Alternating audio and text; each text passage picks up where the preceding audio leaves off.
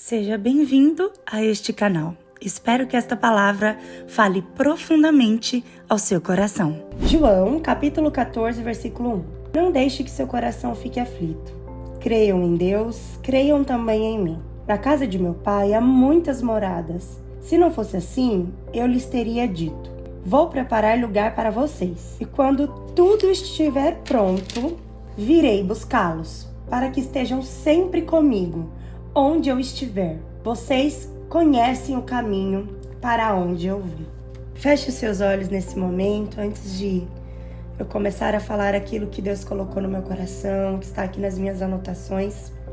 Eu quero orar. Senhor, eu peço para que neste momento o Teu Espírito Santo fale profundamente em nossos corações. Eu reconheço, Jesus, o Teu senhorio. Eu reconheço, Deus, o poder da palavra e que esta palavra pode transformar a minha vida. Eu oro por essa pessoa que está ouvindo neste momento esta palavra e que o Teu Espírito Santo vá de encontro ao coração e personalize essa palavra no coração dessa pessoa da maneira como só Ele pode fazer. Porque o Senhor conhece o coração, o Senhor conhece aquilo que cada um de nós precisamos aprender e entender da Tua palavra, que é a verdade. Senhor, venha nos conduzir a entender neste momento o que o Senhor quer falar aos nossos corações. Primeiro, eu quero mostrar esse caderninho aqui, ó, bem rapidinho. E esse caderninho, ele é um caderninho de anotações que eu tenho. Eu queria compartilhar isso com vocês antes de falar da palavra, porque aqui, mesmo antes de eu imaginar este canal, eu já anotava algumas palavras que o Senhor falava comigo. E aqui também eu anoto algumas orações, eu anoto algumas estratégias que o Senhor me entregou. Eu anoto promessas, né?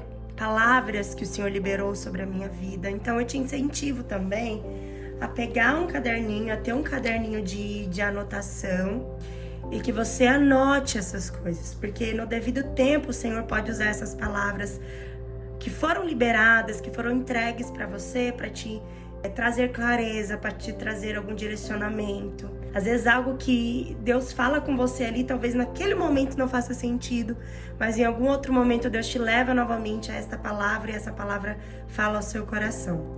Então nós vamos decorrer hoje algumas partes da Bíblia, então eu vou falar um pouquinho mais sobre o que Deus colocou no meu coração. Mas a primeira coisa que eu anotei é que existe um reino, existe um trono, um rei, um Deus, um Senhor e o seu povo. Nós somos o povo deste Deus. E esse nosso Deus, ele é tão grandioso que ele enviou o Filho dele para morrer em nosso lugar. E quando Jesus ressuscitou e ele estava indo ao Pai, ele ia primeiro, mas ele deixou claro que um dia nós também iríamos morar com ele. Que neste reino, que neste lugar onde esse Deus habita, também existe uma morada preparada para nós. O Senhor nos deu a garantia de que quando tudo passasse aqui neste mundo e chegasse o momento que nós estaríamos lá no céu, nós teríamos uma morada preparada para que estivéssemos junto a Ele. Deus nunca foi um Deus de longe, Ele sempre foi um Deus de perto, um Deus de relacionamento. E não tem prova maior do que você querer ter um relacionamento com alguém do que você querer morar com essa pessoa. Quando nós começamos um namoro, por exemplo, quando nós entramos em um relacionamento, nós muitas vezes já começamos lá ali a sonhar, a pensar no nosso casamento e a pensar como vai ser a nossa vida morando com essa pessoa. A gente, quando ama nosso namorado, depois se torna o nosso noivo e aí vira o nosso marido, nós sonhamos em viver uma vida com essa pessoa, nós sonhamos em morar com essa pessoa. Então, quando nós nos apaixonamos, nós amamos o nosso namorado, um dia nós já começamos a planejar ali, um dia eu quero morar com essa pessoa, eu quero conviver com essa pessoa, eu quero viver com ela, eu quero estar sempre com ela, pro resto da minha vida. E com Deus não é diferente. Ele tanto nos ama, Jesus também tanto nos amou e nos ama, que eles prepararam para nós uma morada celestial, para que nós possamos passar a eternidade com Ele. E essa é uma das provas lindas de amor de Deus, de mostrar o quanto Ele realmente nos quer perto, o quanto realmente Ele nos ama. Ele quer que a gente fique com Ele, Ele quer que a gente more com Ele, para a eternidade. E quando eu escrevi essa palavra, eu deixei claro aqui que para que esta palavra ela de Deus para nós, para que nós fôssemos dessa morada, um sacrifício aconteceu. Jesus, ele morreu na cruz, ele sofreu, ele padeceu, um alto preço foi pago para que a minha alma pudesse ter acesso a esse reino, a essa morada. E neste lugar que o Senhor preparou para nós de descanso, onde não haverá dor, onde não haverá choro, antes que nós pudéssemos acessar este lugar, o nosso Senhor, ele morreu em nosso lugar. Ele se entregou numa morte de cruz, ele levou sobre ele os nossos pecados, as nossas dores, ele venceu a morte. Para nós humanos, não haveria como nós alcançássemos este lugar se não fosse através do sacrifício de Jesus. Ele é a nossa porta de entrada, por isso que a palavra de Deus fala que ele é o caminho. É através de Jesus que nós vamos conseguir acessar o céu. E ele é o caminho. Ele então morre, ele sofre, ele padece por amor a nós, ele ressuscita e ele não só faz isso, que já é algo extremamente grandioso, já é um amor sublime que na nossa capacidade humana, eu acredito, a gente nunca vai conseguir compreender em sua totalidade esse amor. Ele, além disso, nos preparou uma morada para vivermos a eternidade com ele. Um amor que é impossível que a gente possa compreender. É um amor que vai além da nossa compreensão. Nós que somos pai e mães e amamos os nossos filhos, a gente entende um pouquinho mais do amor de Deus por nós, porque nós queremos estar ao lado dos nossos filhos, nós queremos cuidar, amar, vivenciar os momentos ao lado dos nossos filhos. E o Senhor não queria viver isso com a gente só por 60, 70, 80 anos, mas Ele quis viver isso conosco por uma eternidade. E quando a gente pensa na eternidade, eu não sei se você talvez já parou para perceber, mas a gente sente, parece que saudade do céu.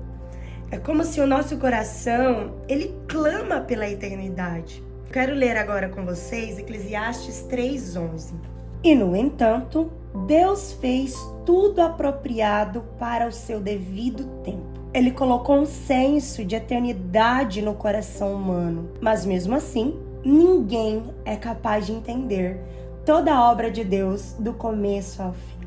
Nesta morada, neste reino, neste lugar que está preparado para nós, Deus já deixou dentro de nós esse anseio, essa vontade, esse desejo. O Senhor colocou dentro de nós esse senso de eternidade no nosso coração.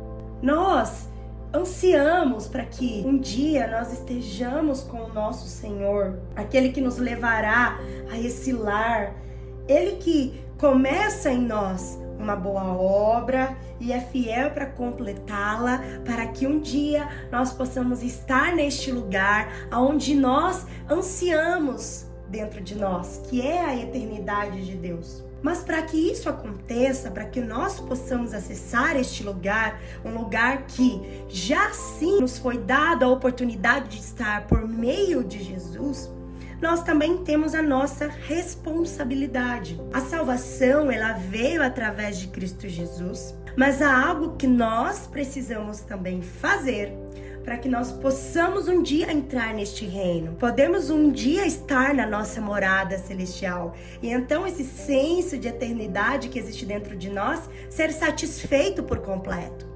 Porque morrer numa cruz, nos salvar, garantir que possamos então entrarmos neste reino, preparar uma morada, colocar o senso de eternidade dentro de nós. O Senhor já fez tudo isso por nós. Mas Ele exige de nós algo. Nós precisamos ter fidelidade até a morte. O caminho para percorrermos e sermos vencedores tem um nome.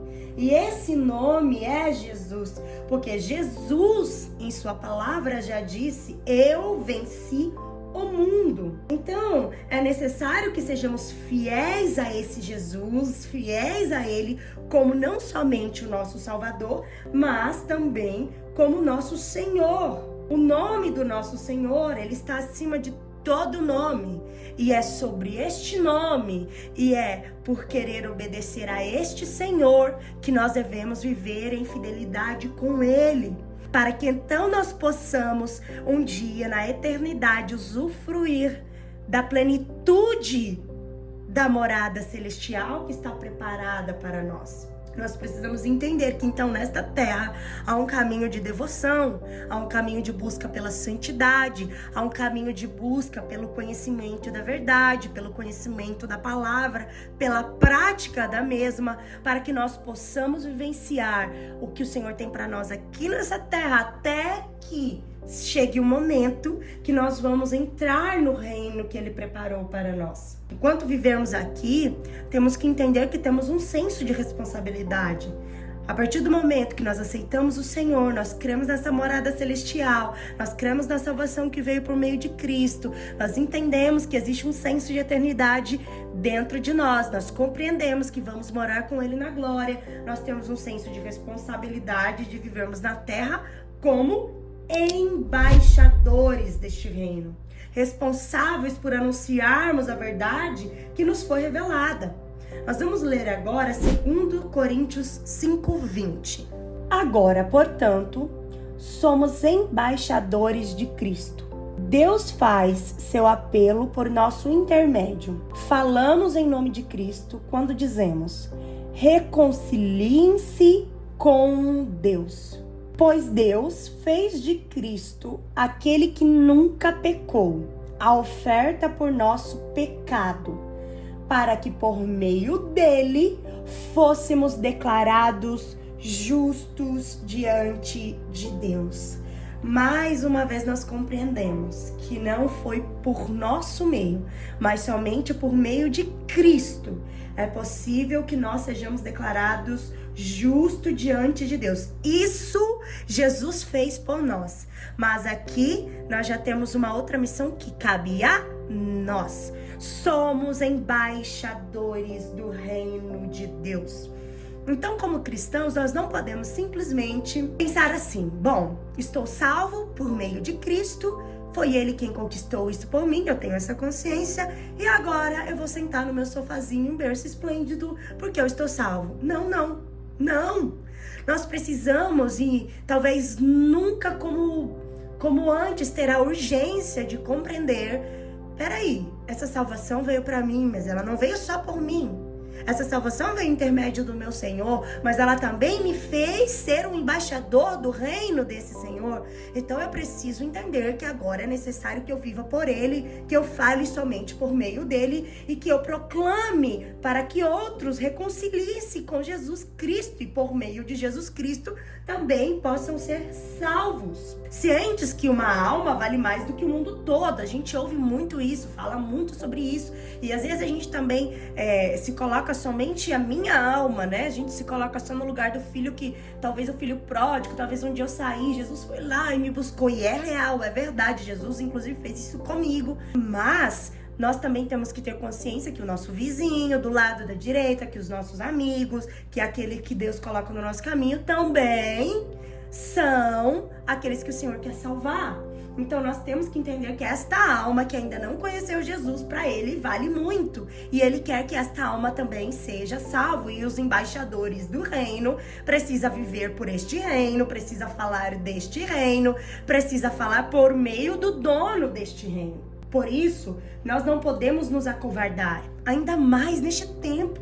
Nós precisamos pregar a palavra em tempo e fora de tempo, como fala em 2 Timóteo 4:2. Nós precisamos mais do que nunca estarmos firmes na verdade. Não devemos se deixar levar por fábulas, por coisas criadas pelos homens, por mestres que são falsos hoje em dia, que estão falando aquilo que não está na palavra de Deus. Nós temos que ser verdadeiros e fiéis aos ensinamentos desta palavra, somente desta palavra. E esta palavra vai nos ensinar, nos corrigir, esta palavra vai nos orientar. E através desta palavra que nós devemos também anunciar a verdade do Evangelho. Nós precisamos ser verdadeiros e fiel a esta palavra. Eu vou ler com vocês 2 Timóteo 4:1 e 2. Eu lhe digo solenemente, na presença de Deus e de Cristo Jesus, que um dia julgará os vivos e os mortos, quando vier para estabelecer o seu reino.